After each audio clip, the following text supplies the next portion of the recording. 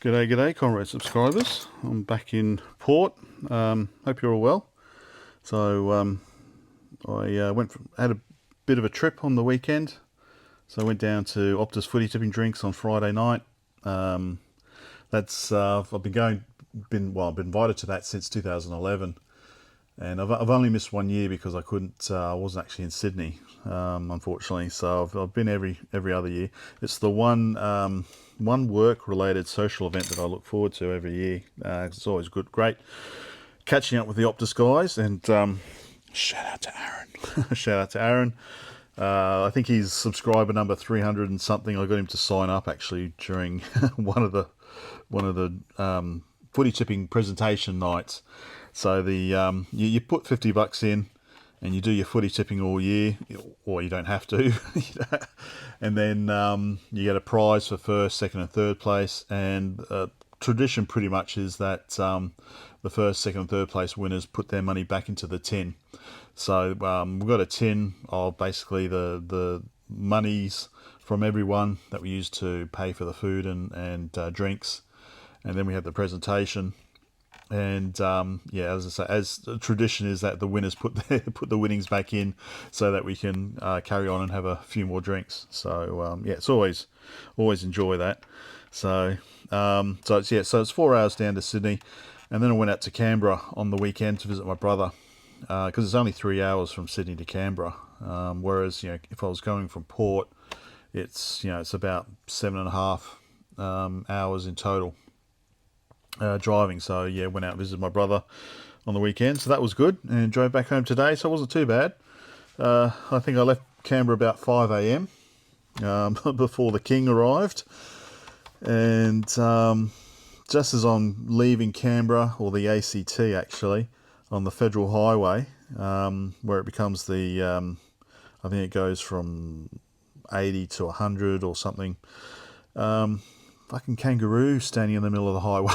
It's just like, because it's still dark, so I didn't see the bloody thing until I was basically on it, and luckily it was right in the middle of the highway because it's 2 lanes, and the stupid thing's just standing there staring at me as I flew past it. So if it was a few more centimeters, because I was in the left hand lane, so if it was a few more centimeters over, then I probably would have clipped it, which would have been fun.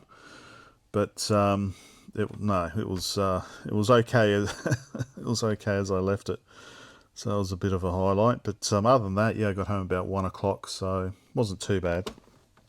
Anyway, the TI 994A. So these were never really a thing here in Australia. I know they were available, but I never saw them. So originally came out. So the 4A came out in 81. I think the original TI 994 with the chiclet style keyboard came out in 79. I think.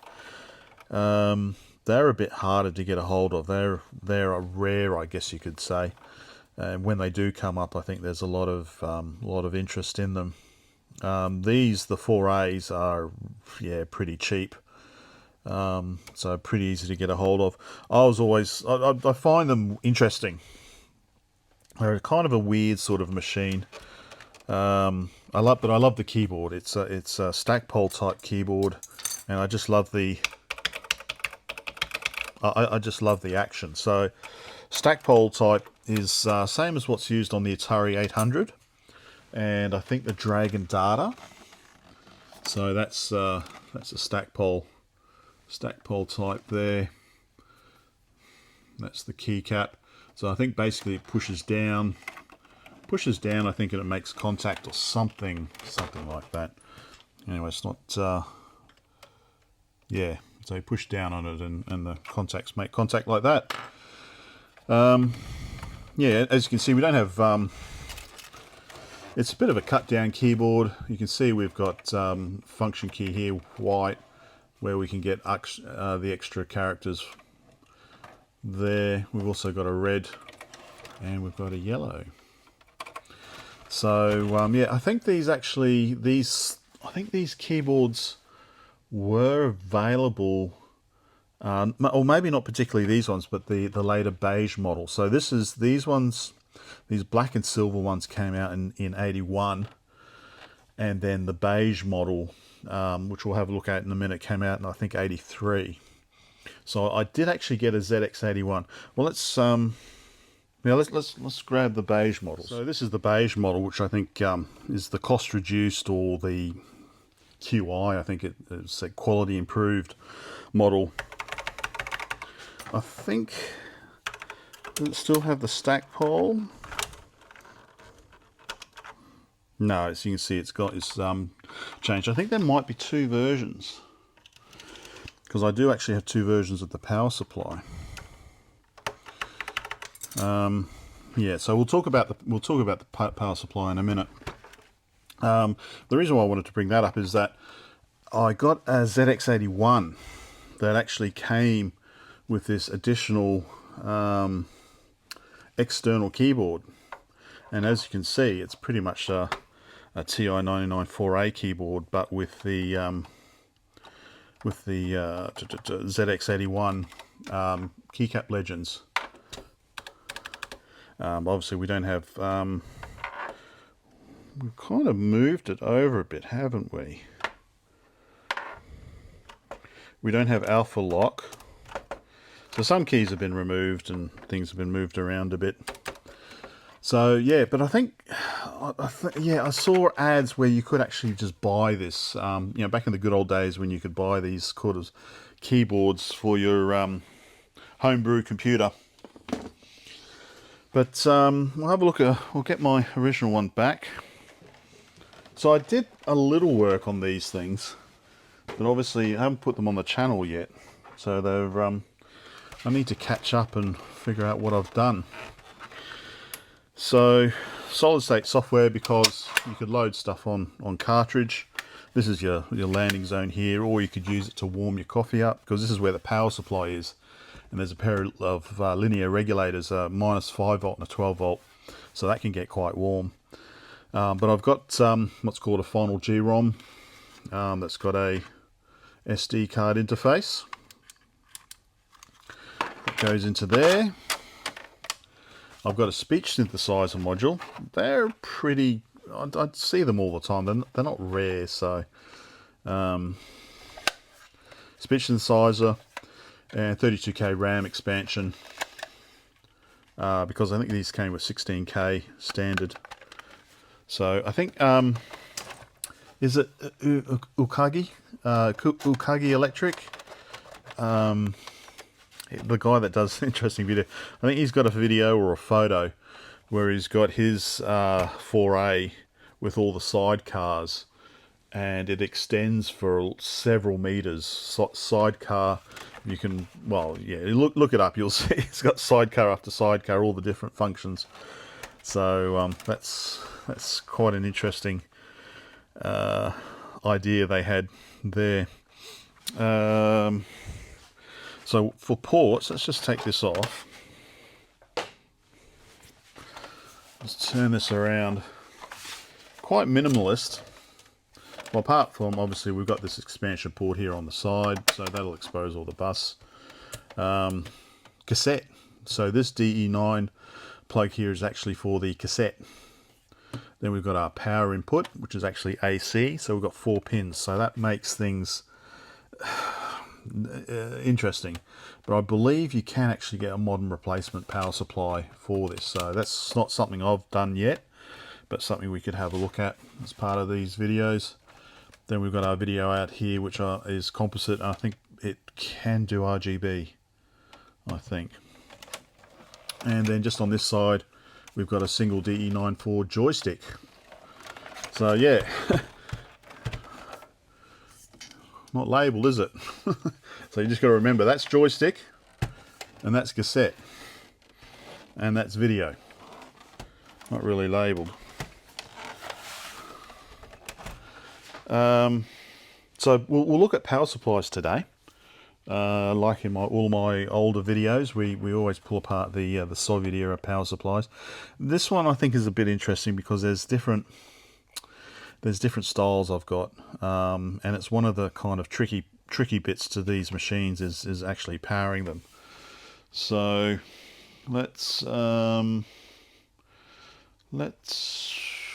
yeah, we won't worry about cassette today. I do want to show the joysticks. The joysticks are disgusting. Yeah, we'll have a look at them later. So let's look at the power.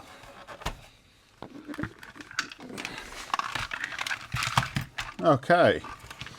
Oh. Oh. Got a cassette cable in here. Okay. So mostly US, because that's where they're quite plentiful, is the US. But I do have an Aussie power supply. So what have we got? So there's two styles. I think these are the plug packs are probably the original ones. I think, as you can see here, we've got the 4 pins. So, and actually differing output voltages. So obviously these are 120, so these are for the US. So this one we've got pins 1 and 2, 16 volts AC. And pins 2 and 4 is 8 volts AC. This one here is 18 volts and 7.5 volts. So yeah, obviously it doesn't really matter because we're going to regulate it down to. So the machine uses the typical plus 12 volts, plus minus 5 volts, and ground. So that's why we've got those two voltages: 16 volts. Well, 16 to 18 volts AC and 7.5 to 8 volts AC. So I think that says Rev A as well. Anyway, so we've got those. God, I can see that's probably why we've got that there, is that screw it into the wall or something so it doesn't fall out. Right. Then we've got this style here, which has got this additional kind of line filtering or something in here, which obviously I'm not too worried about. They added this extra.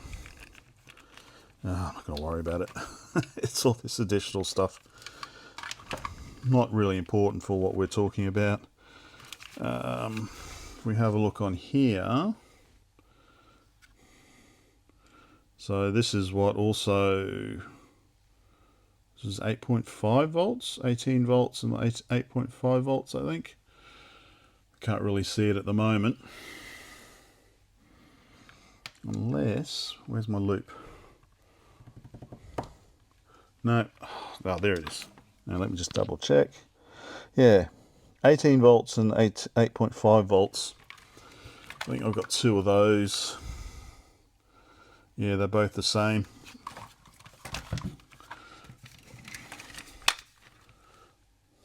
So I've got the plug pack, and then we've got the one that will sit on the floor quite nicely. And then we've got the Aussie one. So with the Aussie one, we've got 16 volts and 8 volts output. So yeah, it's just basically a transformer. That's all it is. Outputting. So my understanding is, and that's the plug for the Aussie one compared to the ones here that we're using in the US. So really, it's not actually that difficult to power it. It's just getting the plug. That would be the difficult part. But the thing I want to get to is that I think, so I've got two beige models here,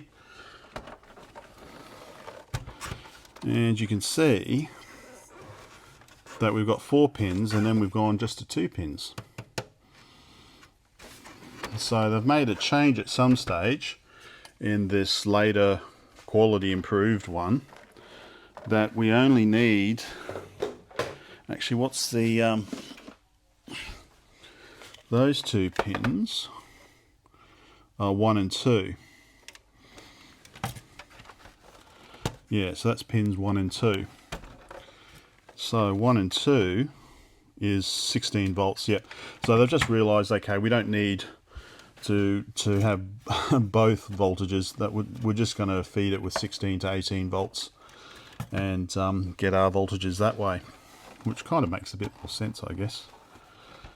Let me grab the schematic. So if we have a look at the schematic, so we've got our inputs here. Actually, this is a better one. It's actually been annotated. If it's possible, we've got our 18 volts up here. We've got our 18 volts up here, and then we've got our 8 volts down here. So you can see why. This is where we've got our 12 volt linear regulator up here, and down here we've got our negative 5 volt regulator, a 7905. So yeah, so 18 volts there, 8 volts there, or whatever, to give us plus 12, plus 5 ground, and minus 5 volts. And you notice that they're not using a regulator for the 5 volts, but they've got these wire links here that you can cut, apparently, to tune the 5 volt output, which is interesting. So there's a note here that notes some consoles, beige, use a pulse width switch mode supply, less heating. So I don't know if that's the one where we've just got this input here. But as you can see, pretty much it doesn't matter which machine you've got. If you've just got the 2 pins, or if you've got 4 pins, you can use any power supply that you get. And alternatively, if you've just got this one here, then you could just you try and replace it with a socket and 18 volts in. But like I said, I think I have to, it's not something I've looked at yet, but you can get a replacement power supply, a modern one. So but that's not something I've needed to look at yet. Yeah, so why don't we open this one up? This is the one that's only got the 2 inputs, and then we'll open up one that has 4 inputs, and we can compare them. Or should I show you some other peripherals I've got? No, let's have a look at this. Let's have a look at the power supply. We'll look at peripherals later. Right, all the screws are undone on the bottom. Do we lift up? I can't remember, it's been so long. Looks like we lift up. All right, so in other words, we just take this off. In other words, we don't lift up. Put that over here.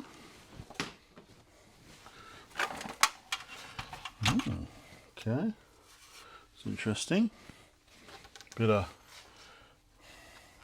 That's a rubber, like a rubber foot there. Bit of rust. Okay, that just came off. Okay,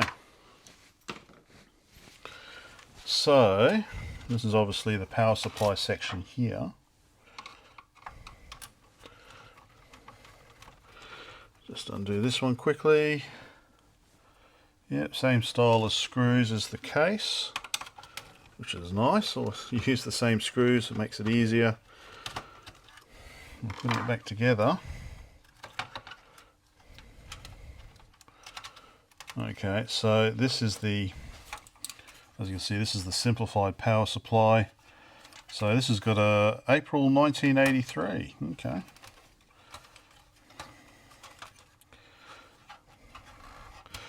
Yeah, unplugs like that. Oh, so it's pretty simple to pull out and replace even. So rectifier there.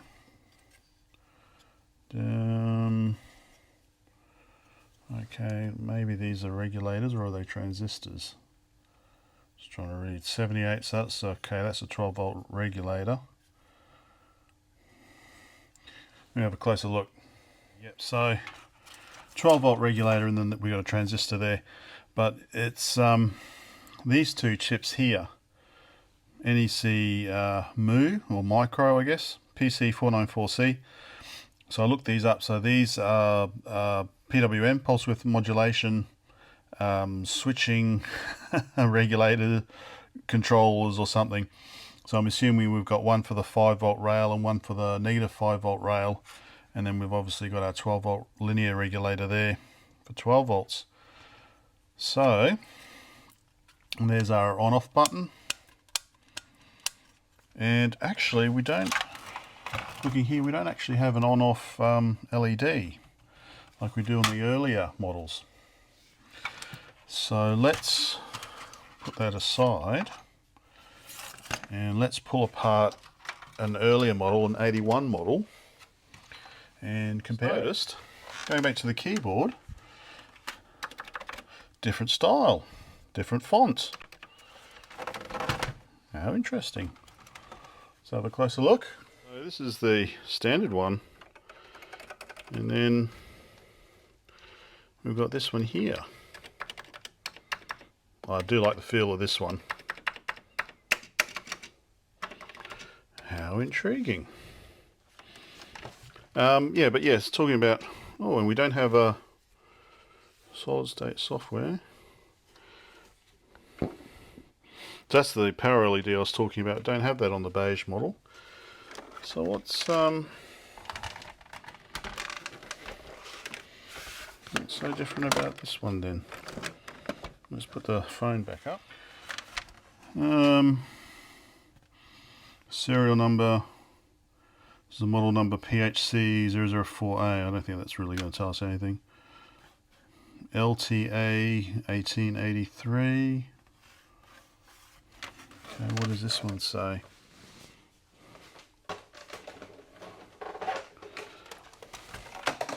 Oops.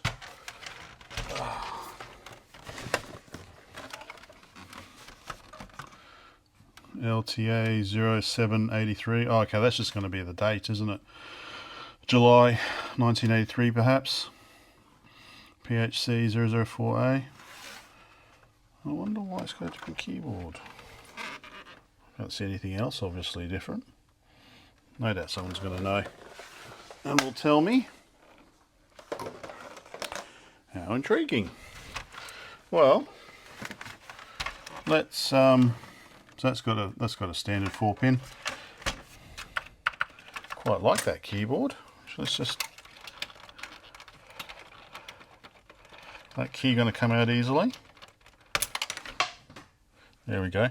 It's a different style again. There's the keycap. So Cherry, well, it's not Cherry MX, but it's Cherry MX style, I guess. There's different style keycap, key switch again. How interesting. Okay. Let me put that back together, and let's check out this power supply and compare it. So lift off the bottom, although it's a bit different because we've got the switch there, haven't we? This might be a bit different. We have to lever it off or something, or the switch comes with us.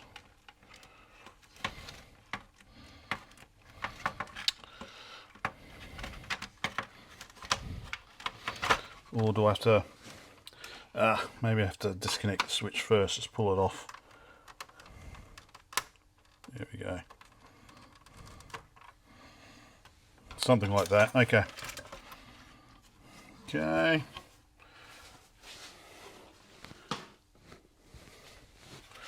Right. So here we go, so we've got the 4-pin, only 3 wires connected. And some ferrite beads. This one I've been in before. I can tell because I've surprise surprise, I've changed the power LED. So this may be this might not be a good example to look at if I fiddle around a bit. It's quite different actually, isn't it? Although, no, I haven't done anything much really. I haven't replaced the regulators.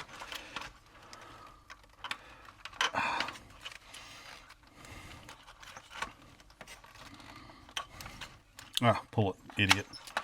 There we go. Okay. Let's get this fellow out of the way. What do we got? 83. Mitsumi keyboard. Compared to this one. I know we're not supposed to be talking about keyboards at the moment.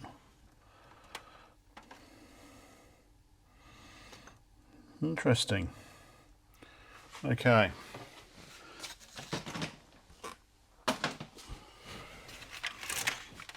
Alright, get all that out of the way. So I have been in this one.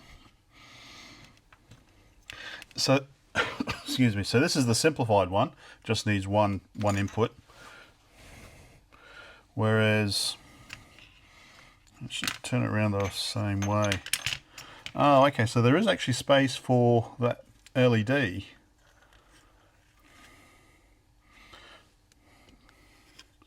There is actually space there for the LED.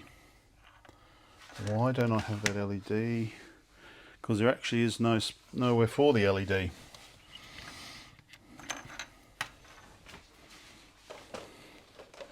Yeah, no, there is actually no requirement for the LED.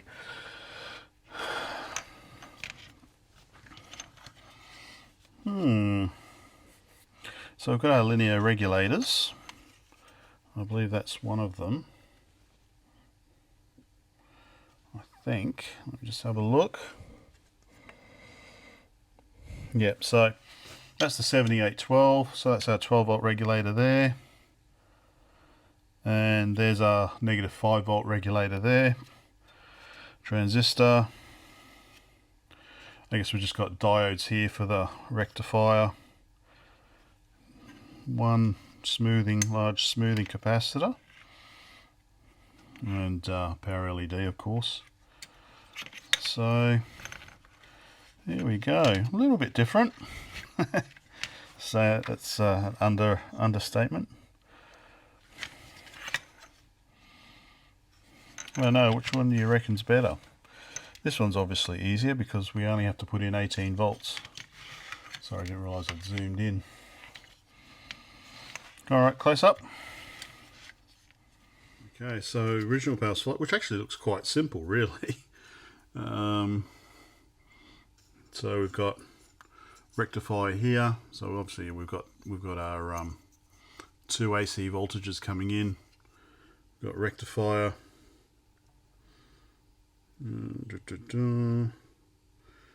Smoothing capacitor, I guess. Got our 7812 12 volt linear regulator, quite thin heatsink. Transistor. What else have we got? We've got our negative 5 volt 7905. Got my little power LED that I've changed, on off switch.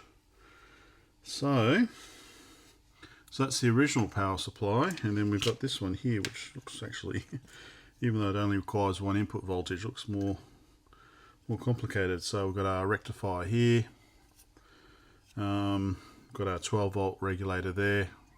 So we've got the linear regulator there. Bit beefier heatsink actually. And got our two pulse width modulation voltage controls, I think. Can't remember off the top of my head exactly what they are. So I'm assuming one's going to be for the negative 5 and the other one's for the plus 5. So yeah, just there we go. Got some more adjustable resistor there. There we go. Hopefully that's a good enough look for you guys. And yeah, so I always put close-up photos on my Patreon, so you can always find more information there. But there we go. Hopefully that was of some interest, and we'll well, got loads of other things to move on to. So let's see what we do next. Bye for now.